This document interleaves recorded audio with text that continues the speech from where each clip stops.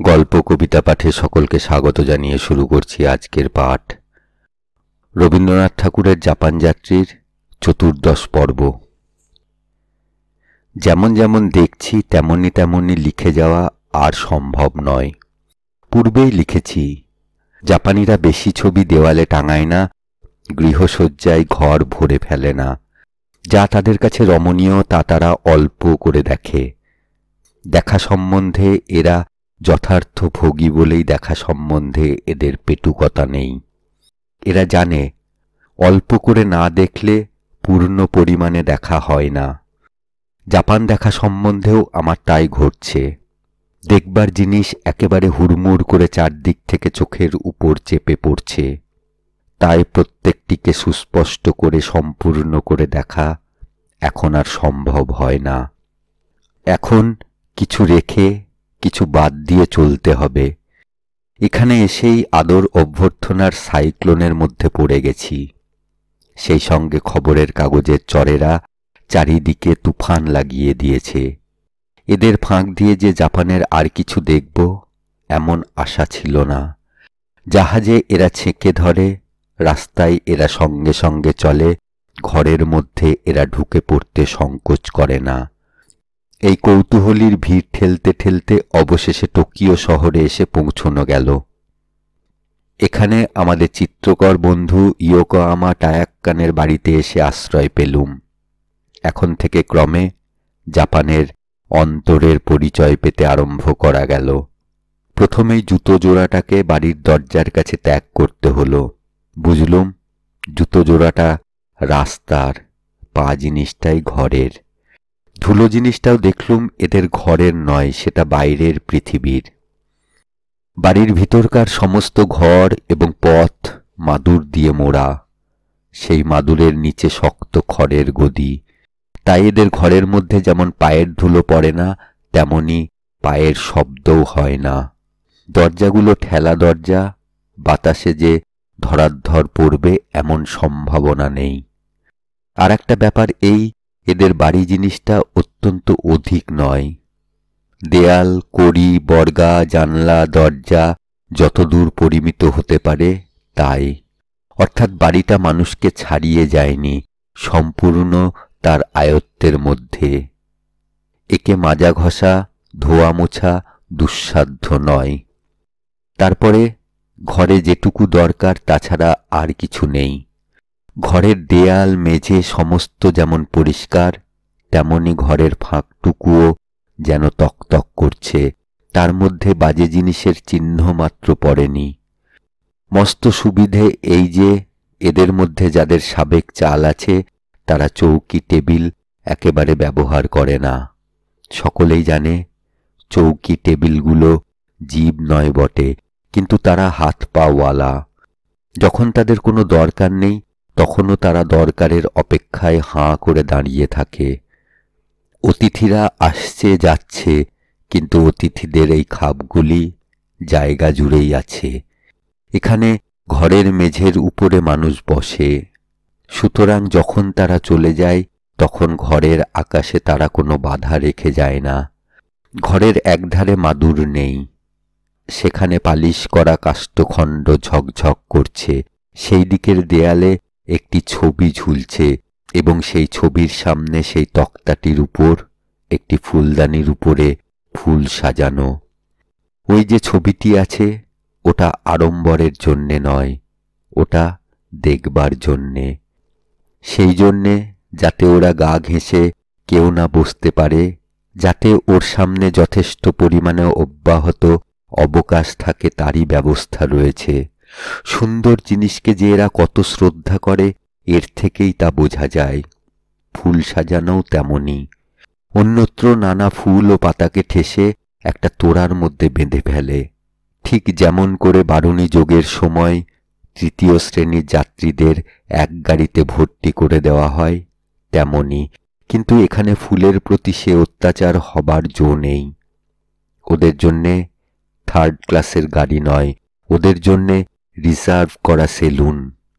ফুলের সঙ্গে ব্যবহারে এদের না আছে দরাদরি, না আছে ঠেলাঠেলি, না আছে হট্টগোল। ভোরের বেলা উঠে জানলার কাছে আসন পেতে যখন বসলুম, তখন বুঝলুম জাপানিরা কেবল যে শিল্পকলায় ওস্তাদ তা নয়, মানুষের জীবনযাত্রাকে এরা একটি কলাবিদ্যার মতো আয়ত্ত করেছে।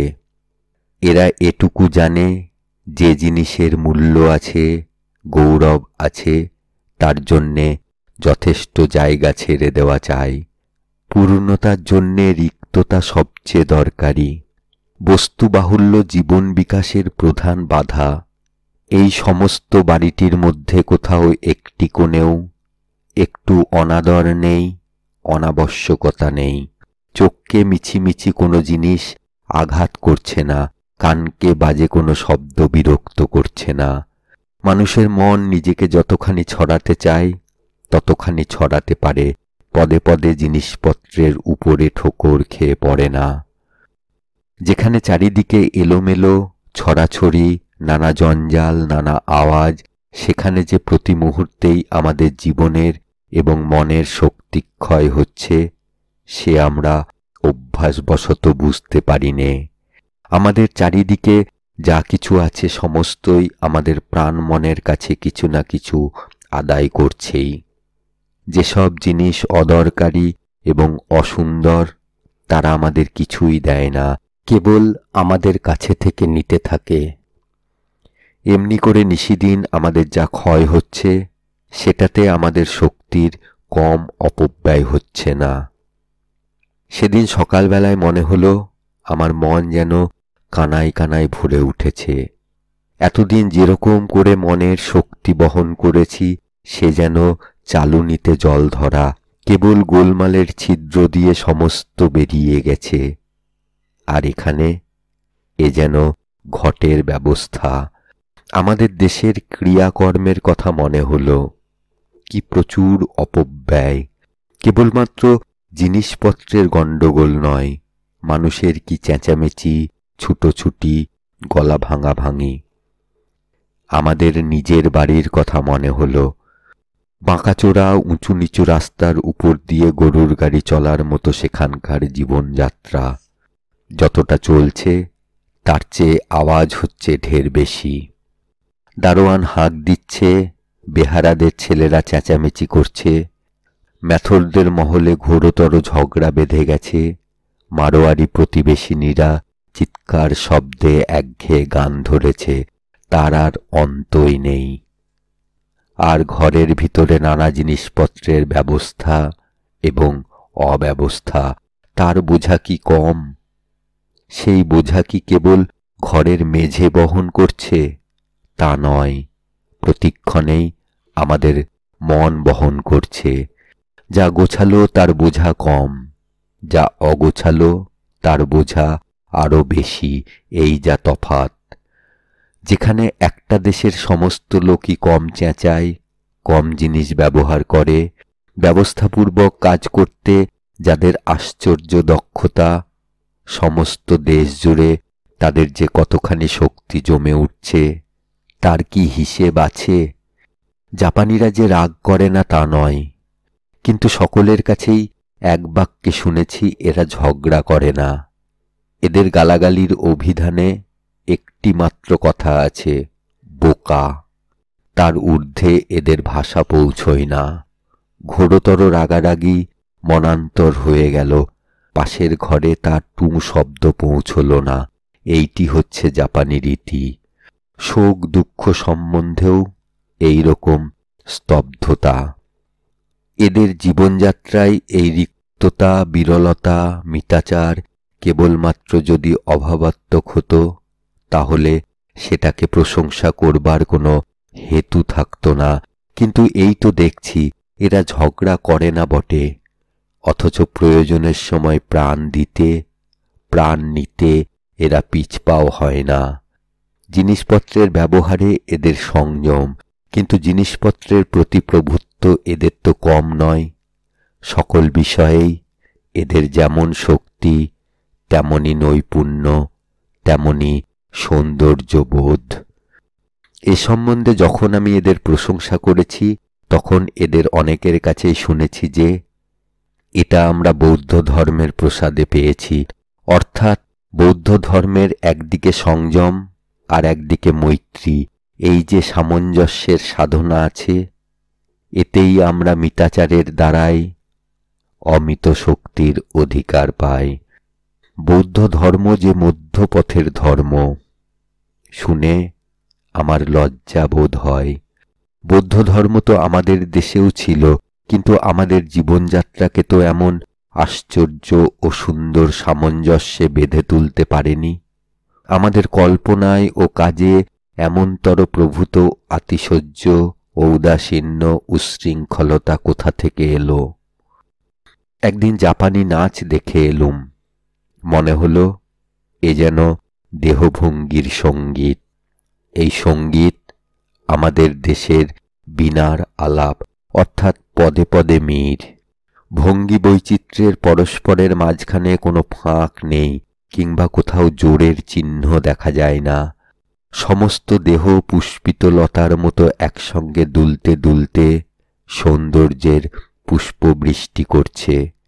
খাঁটি ইউরোপীয় নাচ অর্ধনারীশ্বরের মতো, আধখানা ব্যায়াম আধখানা নাচ, তার মধ্যে লম্ফঝম্প, ঘুরপাক, আকাশকে লক্ষ্য করে লাঠি ছোঁড়াছুড়ি আছে। জাপানি নাচ একেবারে পরিপূর্ণ নাচ, তা সজ্জার মধ্যেও লেশমাত্র উলঙ্গতা নেই। অন্য দেশের নাচে দেহের সৌন্দর্য লীলার সঙ্গে দেহের লালসা মিশ্রিত, এখানে নাচের কোনো ভঙ্গির মধ্যে লালসার ইশারা মাত্র দেখা গেল না। আমার কাছে তার প্রধান কারণ এই বোধ হয় যে সৌন্দর্য প্রিয়তা জাপানির মনে এমন সত্য যে তার মধ্যে কোনো রকমের মিশল তাদের দরকার হয় না এবং সহ্য হয় না। কিন্তু এদের সঙ্গীতটা আমার মনে হলো বড় বেশি দূর এগোয়নি। বোধহয় চোখ আর কান এই দুয়ের উৎকর্ষ একসঙ্গে ঘটে না। মনের শক্তিস্রোত যদি এর কোনো একটা রাস্তা দিয়ে অত্যন্ত বেশি আনাগোনা করে, তাহলে অন্য রাস্তাটাই তার ধারা অগভীর হয়। ছবি জিনিসটা হচ্ছে অবনীর, গান জিনিসটা গগনের। অসীম যেখানে সীমার মধ্যে সেখানে ছবি, অসীম যেখানে সীমাহীনতায় সেখানে গান। রূপরাজ্যের কলা ছবি, অপরূপ রাজ্যের কলা গান। কবিতা উভচর, ছবির মধ্যেও চলে, গানের মধ্যেও ওড়ে, কেননা কবিতার উপকরণ হচ্ছে ভাষা।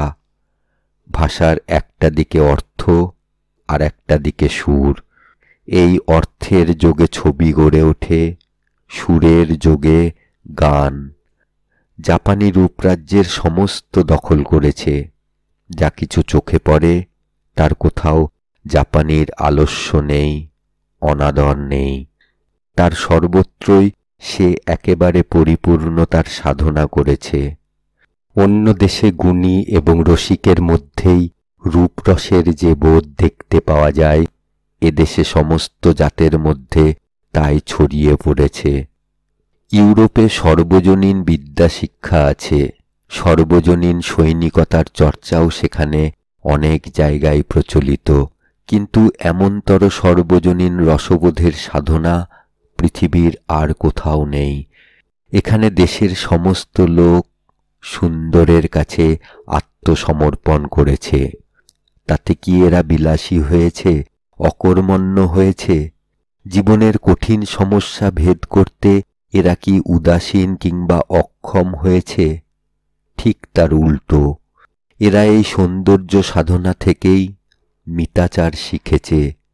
এই সৌন্দর্য সাধনা থেকেই এরা বীর্য এবং কর্মনৈপুণ্য লাভ করেছে।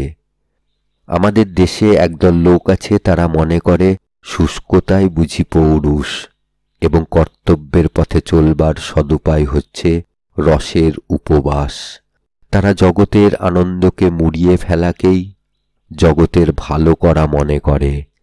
ইউরোপে যখন গেছি তখন তাদের কলকারখানা, তাদের কাজের ভিড়, তাদের ঐশ্বর্য এবং প্রতাপ খুব করে চোখে পড়েছে এবং মনকে অভিভূত করেছে। তবু এহবাহ্য কিন্তু জাপানে আধুনিকতার ছদ্মবেশ ভেদ করে যা চোখে পড়ে সে হচ্ছে মানুষের হৃদয়ের সৃষ্টি। সে অহংকার নয়, আড়ম্বর নয়, সে পূজা। প্রতাপ নিজেকে প্রচার করে, এই জন্যে যতদূর পারে বস্তুর আয়তনকে বাড়িয়ে তুলে আর সমস্তকে তার কাছে নত করতে চায়। কিন্তু পূজা আপনার চেয়ে বড়কে প্রচার করে, এই জন্যে তার আয়োজন সুন্দর এবং খাঁটি, কেবলমাত্র মস্ত এবং অনেক নয়। জাপান আপনার ঘরে বাইরে সর্বত্র সুন্দরের কাছে আপন অর্ঘ্য নিবেদন করে দিচ্ছে। এদেশে আসবামাত্র সকলের চেয়ে বড় বাণী যা কানে এসে পৌঁছয় সে হচ্ছে আমার ভালো লাগলো, আমি ভালোবাসলুম। এই কথাটি দেশশুদ্ধ সকলের মনে উদয় হওয়া সহজ নয় এবং সকলের বাণীতে প্রকাশ হওয়া আরো শক্ত। এখানে কিন্তু প্রকাশ হয়েছে। প্রত্যেক ছোট জিনিসে, ছোট ব্যবহারে সেই আনন্দের পরিচয় পায়। সেই আনন্দ ভোগের আনন্দ নয়, পূজার আনন্দ। সুন্দরের প্রতি এমন আন্তরিক সম্ভ্রম অন্য কোথাও দেখিনি। এমন সাবধানে, যত্নে, এমন শুচিতা রক্ষা করে সৌন্দর্যের সঙ্গে ব্যবহার করতে অন্য কোনো জাতি শেখেনি। যা এদের ভালো লাগে তার সামনে এরা শব্দ করে না। সংযমী প্রচুরতার পরিচয় এবং স্তব্ধতায় গভীরতাকে প্রকাশ করে। এরা সেটা অন্তরের ভিতর থেকে বুঝেছে এবং এরা বলে সেই আন্তরিক বোধ শক্তি এরা বৌদ্ধ ধর্মের সাধনা থেকে পেয়েছে। এরা স্থির হয়ে শক্তিকে নিরোধ করতে পেরেছে বলেই সেই অক্ষুণ্ণ শক্তি এদের দৃষ্টিকে বিশুদ্ধ এবং বোধকে উজ্জ্বল করে তুলেছে। পূর্বেই বলেছি প্রতাপের পরিচয়ে মন অভিভূত হয়, কিন্তু এখানে যে পূজার পরিচয় দেখি তাতে মন অভিভবের অপমান অনুভব করে না। মন আনন্দিত হয়, ঈর্ষান্বিত হয় না, কেননা পূজা যে আপনার চেয়ে বড়কে প্রকাশ করে। সেই বড়র কাছে সকলেই আনন্দ মনে নত হতে পারে, মনে কোথাও বাজে না। দিল্লিতে যেখানে প্রাচীন হিন্দু রাজার কীর্তিকলার বুকের মাঝখানে কুতুব মিনার অহংকারের মুষলের মতো খাড়া হয়ে আছে, সেখানে সেই ঔদ্ধত্য মানুষের মনকে পীড়া দেয়। কিংবা কাশীতে যেখানে হিন্দুর পূজাকে অপমানিত করবার জন্যে আওরঙ্গজেব মসজিদ স্থাপন করেছে, সেখানে না দেখি শ্রীকে, না দেখি কল্যাণকে, কিন্তু যখন তাজমহলের সামনে গিয়ে দাঁড়ায় তখন এ তর্ক মনে আসে না যে এটা হিন্দুর কীর্তি না মুসলমানের কীর্তি। তখন একে মানুষের কীর্তি বলেই হৃদয়ের মধ্যে অনুভব করি। জাপানের যেটা শ্রেষ্ঠ প্রকাশ সেটা অহংকারের প্রকাশ নয়, আত্মনিবেদনের প্রকাশ। সেই জন্যে এই প্রকাশ মানুষকে আহ্বান করে, আঘাত করে না।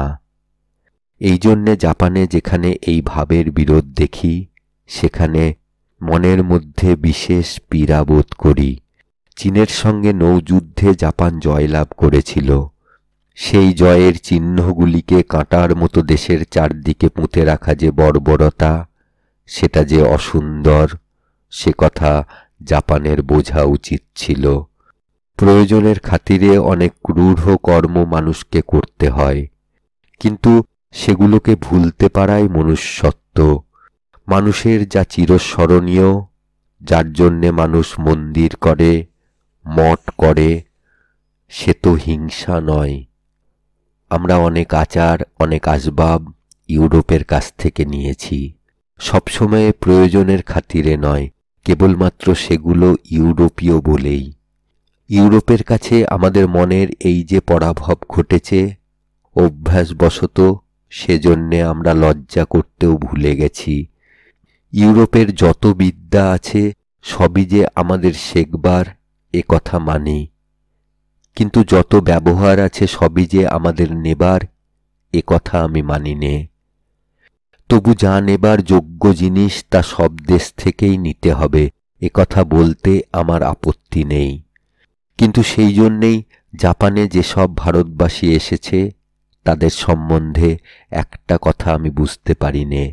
দেখতে পাই তারা তো ইউরোপের নানা অনাবশ্যক নানা কুশ্রী জিনিসও নকল করেছে, কিন্তু তারা কি জাপানের কোনো জিনিসই চোখে দেখতে পায় না?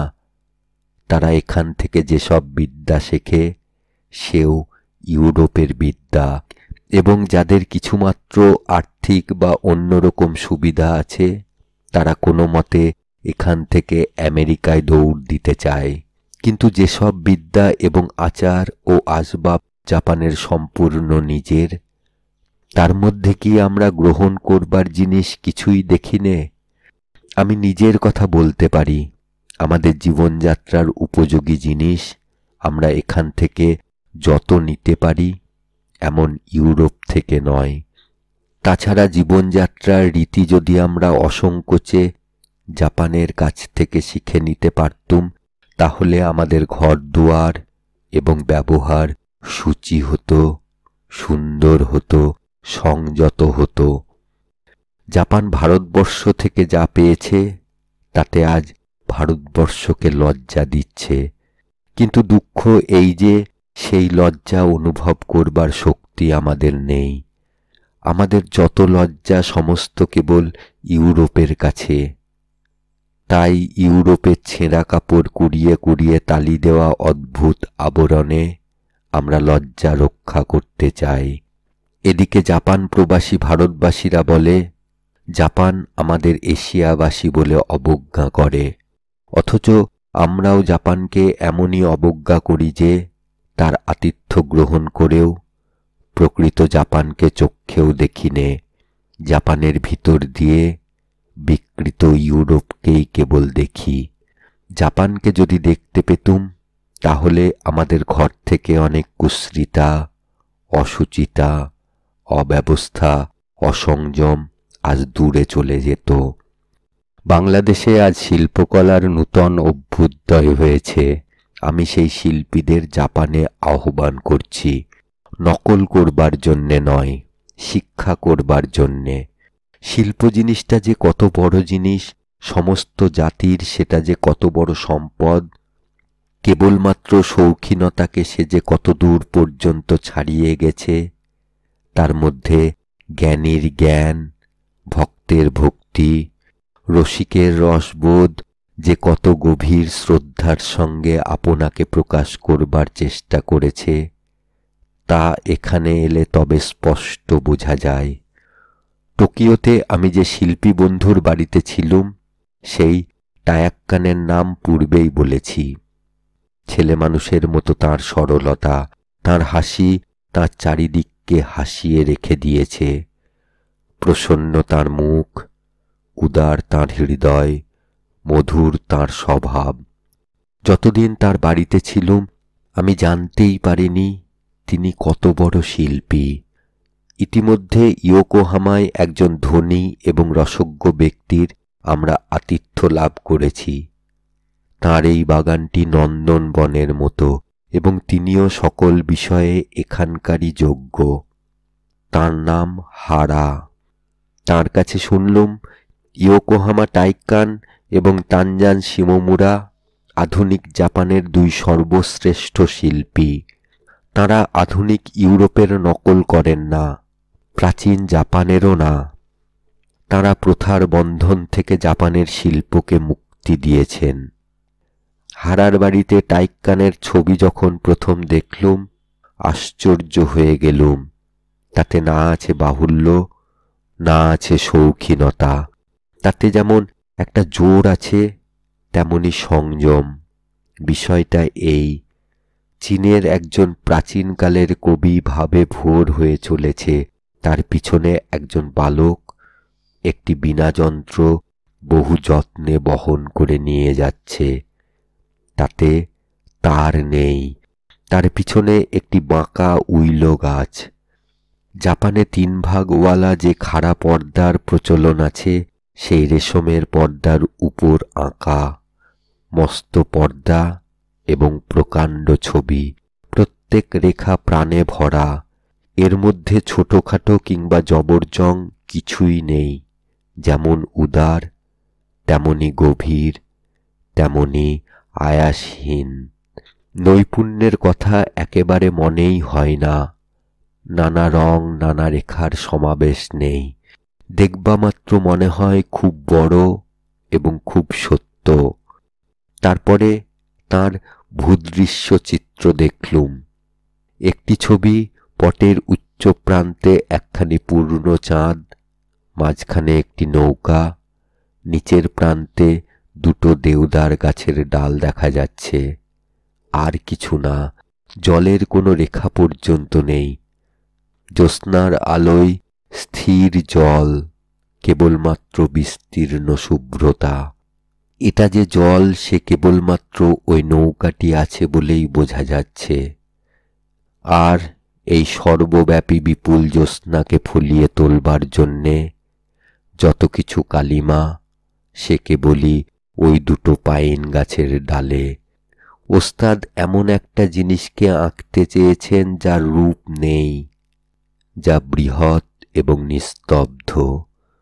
জ্যোৎস্না রাত্রি, অতল স্পর্শ তার নিঃশব্দতা। কিন্তু আমি যদি তাঁর সব ছবির বিস্তারিত বর্ণনা করতে যাই, তাহলে আমার কাগজও ফুরোবে, সময়েও কুলোবে না। হারাসান সবশেষে নিয়ে গেলেন একটি লম্বা সংকীর্ণ ঘরে। সেখানে একদিকের প্রায় সমস্ত দেয়াল জুড়ে একটি খাড়া পর্দা দাঁড়িয়ে। এই পর্দায় শিমুমুরার আঁকা একটি প্রকাণ্ড ছবি। শীতের পরে প্রথম বসন্ত এসেছে। প্লাম গাছের ডালে একটাও পাতা নেই। সাদা সাদা ফুল ধরেছে, ফুলের পাপড়ি ঝরে ঝরে পড়ছে। বৃহৎ পর্দার এক প্রান্তে দিগন্তের কাছে রক্তবর্ণ সূর্য দেখা দিয়েছে। পর্দার অপর প্রান্তে প্লাম গাছের রিক্ত ডালের আড়ালে দেখা যাচ্ছে একটি অন্ধ হাত জোর করে সূর্যের বন্দনায় রত। একটি অন্ধ, এক গাছ, এক সূর্য, আর সোনায় ঢালা এক সুবৃহৎ আকাশ। এমন ছবি আমি কখনো দেখিনি। উপনিষদের সেই প্রার্থনা বাণী যেন রূপ ধরে আমার কাছে দেখা দিলে। তমসো মা জ্যোতির্গময়। কেবল অন্ধ মানুষের নয়, অন্ধ প্রকৃতির এই প্রার্থনা। তমসো মা জ্যোতির্গময়। সেই প্লাম গাছের একাগ্র প্রসারিত শাখা প্রশাখার ভিতর দিয়ে জ্যোতির্লোকের দিকে উঠছে, অথচ আলোই আলোময়। তারই মাঝখানে অন্ধের প্রার্থনা।